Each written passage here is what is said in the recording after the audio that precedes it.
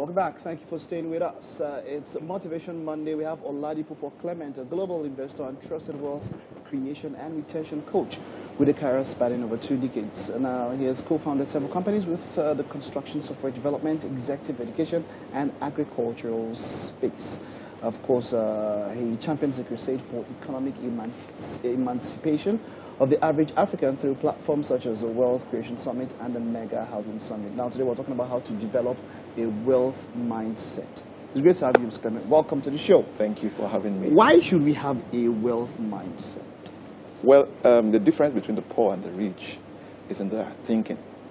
It's the way they think. It's the way they think, yeah. So if you see, when you come across a poor man, regardless of their geography, just investigate the way they think. If you find a rich man, find out the thought process.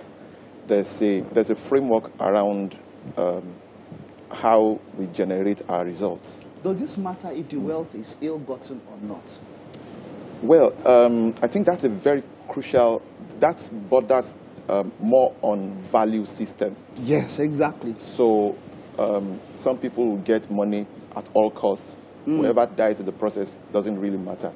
But you see, fundamentally, anyone who has created any measure of wealth legitimately has to, because there's who you must become in order to, attract the measure of wealth that you desire to. That you desire. Yes. Who you have been is not capable of pushing you into the future you desire.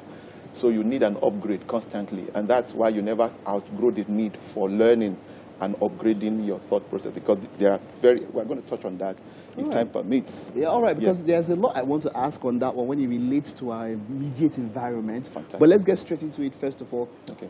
Fundamentally, how does one create a wealth mindset? Okay, so let me say this.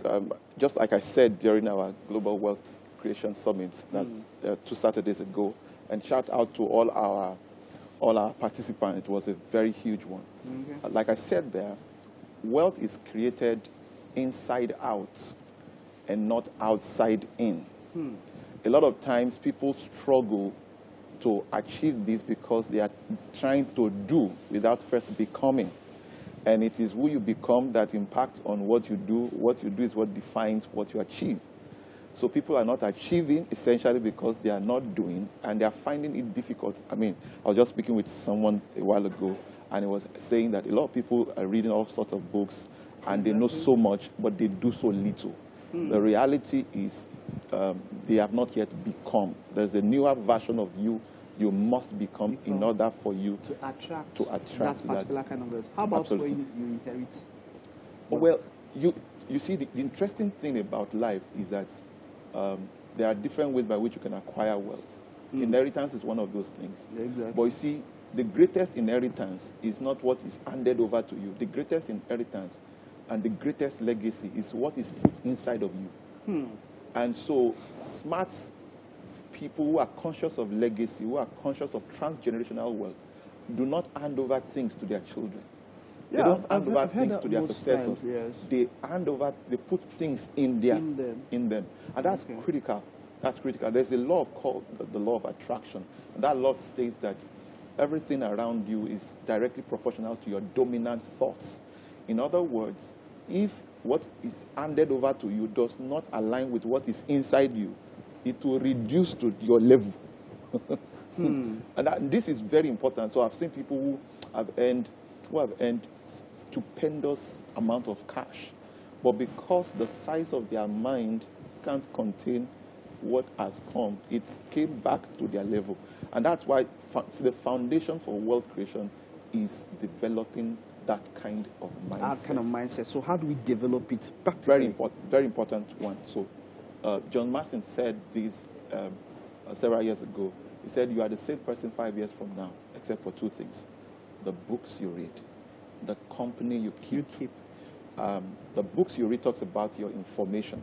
Right. So it doesn't necessarily have to be a hardcover book. No, it doesn't have exactly. So when you say books, because we're talking this morning about how much we get off the internet, how much you can actually learn from the internet. So much. And all of that depends on where you go to. I call Google University of Google, University of YouTube. All right. Those are platforms where you can learn so much. Yeah, so much. Okay, so you're talking about the company and what you The company you keep is also critical. Now, most of us were born in certain environments, certain families. We didn't have power to choose.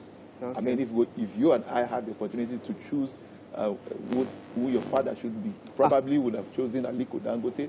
Dangote, when there's big gates. Well, I mean, we are in Nigeria, yes. Exactly, so exactly. It's important to stay within the context. Yes, I understand. So, if you had the opportunity to choose who your mother would be, probably would not choose. You probably would not choose you. That power is not given to us, and a lot of people struggle because they attempt to change things they really can't change. So, the company you keep is what you have the power to choose. Friends you keep. It's a critical thing. Let me say this. What you know is very, very important and very, very key to success and wealth creation. But who you know also matters a great deal. Oh, God, I wish we had more time. We have Yes. to. We'll continue this next week and some Next other week, time. yeah. We'll still talk about this, but I love with the 2 points you've Yes. come up with, what you read and the company you keep. Absolutely. Who you know. Yeah. Wow. Thank you so very much, Ms. Clement. Thank you.